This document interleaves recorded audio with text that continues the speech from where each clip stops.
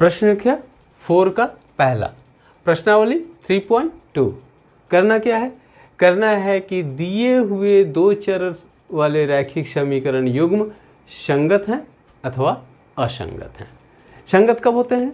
दो कंडीशन में, जब a1 बटा a2 नहीं इक्वल होता है b1 बाई b2 के, और दूसरा जब a1 बटा a2 बराबर होता है b1 बटा b2 के और वह भी बराबर होता है c1 बटा c2 के।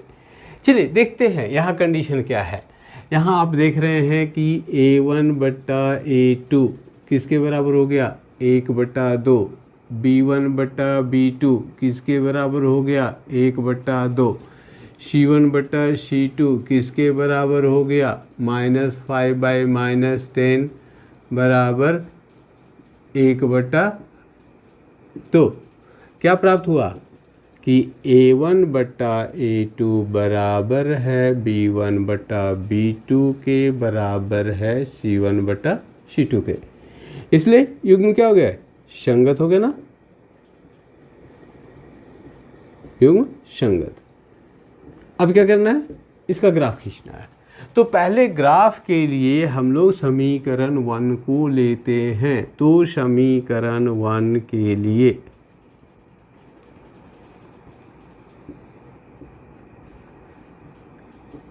y का मान कितना प्राप्त हो रहा है? y बराबर 5 माइनस एक्स। इसलिए हम लोग x और y का एक सारणी तैयार करते हैं जिसमें x का मान रखकर y का संगत 3 मान ज्ञात करते हैं। x का मान 0 रख दो, y का मान कितना हो गया? 5। x का मान 5 रख दो, y का मान कितना हो गया? 0। x का मान 3 रख दो, y का मान कितना हो गया? 2। फिर समीकरण दूसरे समीकरण के लिए, समीकरण 2 के लिए क्या मिलेगा भाई? y का मान बताओ क्या हो जाएगा? 10 माइनस 2x बटा 2। फिर क्या हो गया? 2 कॉमन, 5 माइनस एक्स बटा 2 क्या हो गया? 5 माइनस एक्स। अगर आप इसको हल कर लेते हो तो आसानी से आप देख रहे हो क्या कि दोनों कंडीशन में y का मान 5 माइनस एक्स ही है। तो फिर से आप इसको अगर चाहो तो नहीं निकाल सकते हो, और अगर चाहो तो आप सारणी को फिर से लिख भी सकते हो। दूसरे मानों के लिए भी, नहीं तो इसी मान के लिए लिख दो, आसानी हो जाएगा, है ना। अब हम लोगों को इन x और y के निर्देशांक रूप में लेकर हमें क्या करना होगा? यहाँ पर इस ग्राफ में दर्शाना होगा, ठीक है। अर्थात बिंदुओं को आलेखित करना होगा। तो कैसे बिंदु को आलेखित करेंगे? चलिए देखिए, पहला क्या है? पहला एक्स वाई का मान क्या हो गया? 0 और 5। तो x का मान 0 और y का मान 5। बिंदु तो सीधा स्पष्ट है, ये 0 5 5 0 कहाँ पे? 4 और 6 के ठीक बीच में यह बिंदु क्या हो गया? 5 0। आसान है, इसलिए ज़्यादा निकालना नहीं। अब ये तो दो बिंदु कभी हट नहीं सकते, गलत नहीं हो सकता। इसलिए आप अगर 2 से चाहें तो इस रेखा को आसानी से खींच सकते हैं। और इसका इक्वेशन लिख देंगे। क्या इक्वेशन क्या है भाई? इक्वेशन क्या है? x plus y is equal to 5। पुनः दूसरे इक्वेशन के लिए भी, दूसरे समीकरण के लिए भी यही रेखा ना, तो फिर से रेखा खींचेंगे क्या? नहीं खींचेंगे। क्या करेंगे? सिर्फ रेखा का समीकरण लिख देंगे। समीकरण क्या हो गया? 2x plus 2y is equal to 10। दोनों समीकरण के लिए एक ही रेखा हो गई, इसलिए क्या हो गई? रेखाएं कैसी हो गई? समपाती हो गई, और आपका ग्राफीय निरूपण हो गया, है ना। हल कैसा होगा? इसलिए हल अपरिमित रूप से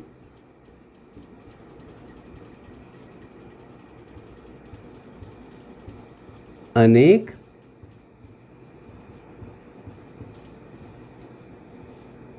हल होंगे। प्रश्नावली 3.2 क्वेश्चन नंबर 4 का 3। इस प्रश्न में हम लोगों को यह पता करना है कि दिया हुआ दो चर वाले रैखिक समीकरण युग्म संगत हैं अथवा असंगत है। अगर संगत है तो हमें इसे ग्राफीय विधि से हल करना है। चलिए हम लोग सबसे पहले यह देखेंगे कि दिया हुआ दो चर वाला रैखिक समीकरण युग्म संगत है या नहीं है। तो इसके लिए सबसे पहले क्या प्राप्त करना है, a1 बटा a2। a1 बटा a2 कितना हो गया, 2/4। कैंसिल करेंगे 1/2, ये हो गया 1/2। b1/b2 कितना हो गया, ये हो गया 1/-2। कैसे, तो b1 क्या है, इस y का गुणांक, और b2 क्या है, इस y का गुणांक। यहाँ आप देख रहे हैं कि गुणांक के रूप में कौन सा अंक है या कौन सी संख्या है, 1 है। यहाँ पर गुणांक के रूप में कौन सी संख्या है, -2 है, इसीलिए 1/-2 अर्थात -1/2। हम लोग क्या पा रहे हैं कि a1 बटा a2 b1 बटा b2 के बराबर नहीं है। क्यों, क्योंकि एक 1/2 है, दूसरा -1/2 है। इसलिए क्या हमारे पास प्राप्त हुआ कि a1 बटा a2 नहीं बराबर है b1 बटा b2 के। इसलिए दो चर वाले रैखिक समीकरण युग्म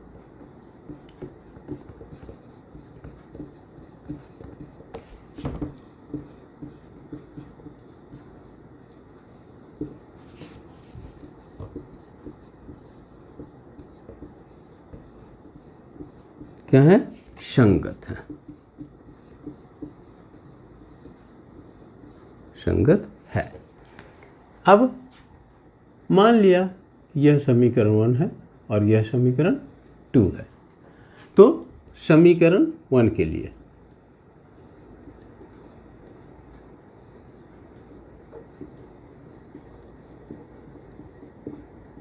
y को x के रूप में निरूपित करते हैं, अर्थात y का x के रूप में मान निकालते हैं। तो y को LHS में रखा और बाकी सारा मतलब 2x और -6 इसको क्या कहिए, RHS में लेके गया। RHS में लेके गया तो ये हो गया 6 - 2x। अब क्या करना है, x के 3 मानों के लिए y के 3 संगत मान निकालने हैं और इसकी एक सारणी बना लेनी है।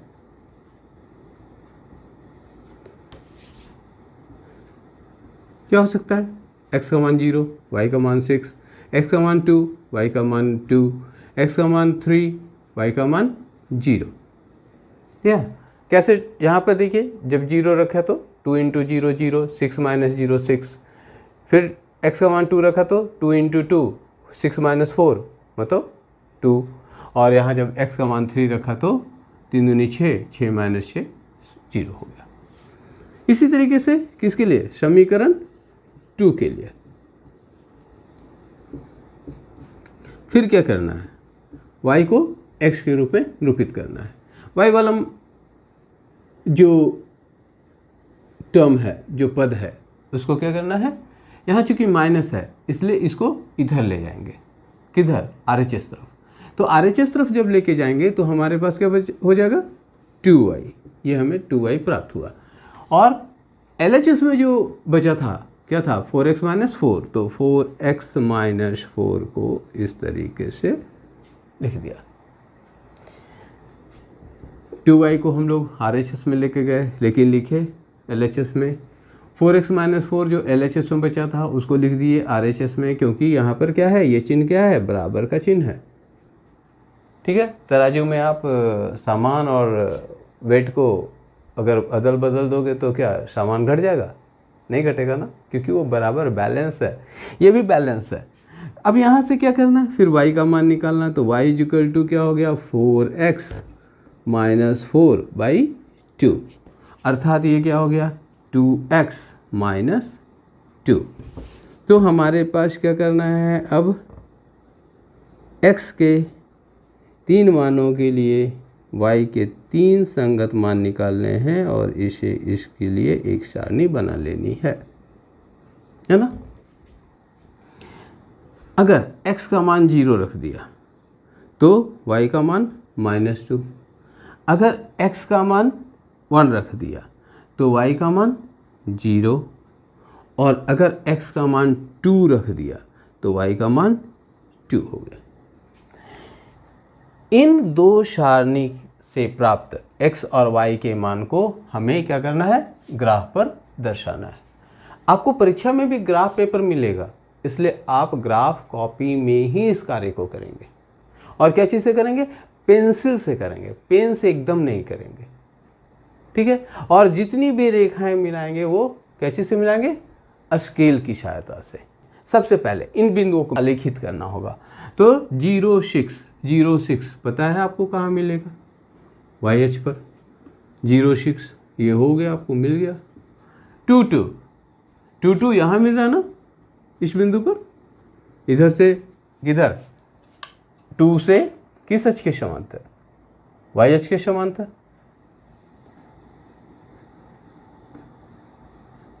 वाई अक्ष के समांतर 2 से, और फिर इस 2 से जो वाई अक्ष पर 2 संख्या है वहां से किसके समांतर, एक्स अक्ष के समांतर। आप देख रहे हैं ना ये समांतर है, तो यही हमारा क्या हो गया, बिंदु 2,2 हो गया। और फिर क्या है 3,0 कहाँ है, देखिए ये 2 और 4 के ठीक बीच में जो बिंदु होगी वही क्या हो गया, 3,0 हो गया। एक्स अक्ष पर 3,0 आपको प्राप्त होगा। क्या करना है, अब क्या करना है, इन तीनों, अब देख पा रहे हैं ना, इन तीनों बिंदुओं को स्केल की सहायता से मिला देनी है, उसे बढ़ा देना है, और फिर क्या करना है, एरो मार्क डाल देना है। क्यों एरो मार्क डालना है, तीर का निशान क्यों डालना है, क्योंकि यह एक रेखा है। और फिर क्या करना है, फिर जिस समीकरण के लिए यह सरल रेखा प्राप्त हुई उस समीकरण को यहाँ लिख देना है। ये समीकरण कौन सा है भाई, 2x + y - 6। अब दूसरे समीकरण के लिए, मतलब समीकरण नंबर 2 के लिए हमें पहले क्या करना है, बिंदुओं को आलेखित करना है। तो बिंदु को आलेखित कीजिए, 0 - 2, देखिए y का वैल्यू -2 है, x का वैल्यू 0 है, अर्थात यह y अक्ष का एक बिंदु है और यह 0 - 2 है। ठीक है, फिर 1,0 मतलब x अक्ष का एक बिंदु है जो 0 और 2 के ठीक बीचों बीच है, ये 1,0 है।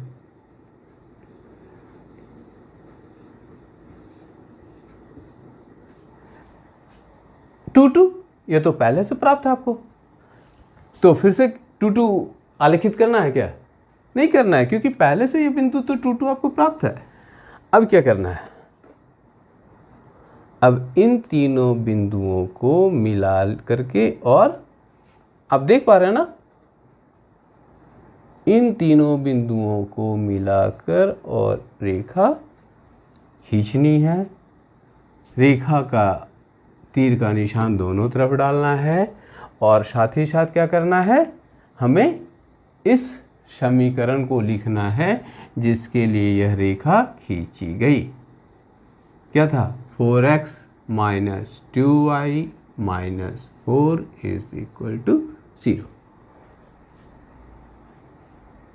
कैसा हल प्राप्त हुआ, अद्वितीय हल नहीं, क्यों, क्योंकि ये रेखाएं एक दूसरे को एक बिंदु पर प्रतिच्छेद कर रही हैं, और यहाँ पर x का मान क्या है, 2 है, और y का भी मान 2 है, इसलिए हल मतलब आंसर, आप ऐसे लिख सकते हो, आंसर क्या हो गया, आंसर हो गया x = 2 y = 2। क्लियर है, समझ में आ गया। इसी तरीके से और भी प्रश्नों को खुद से हल करना है।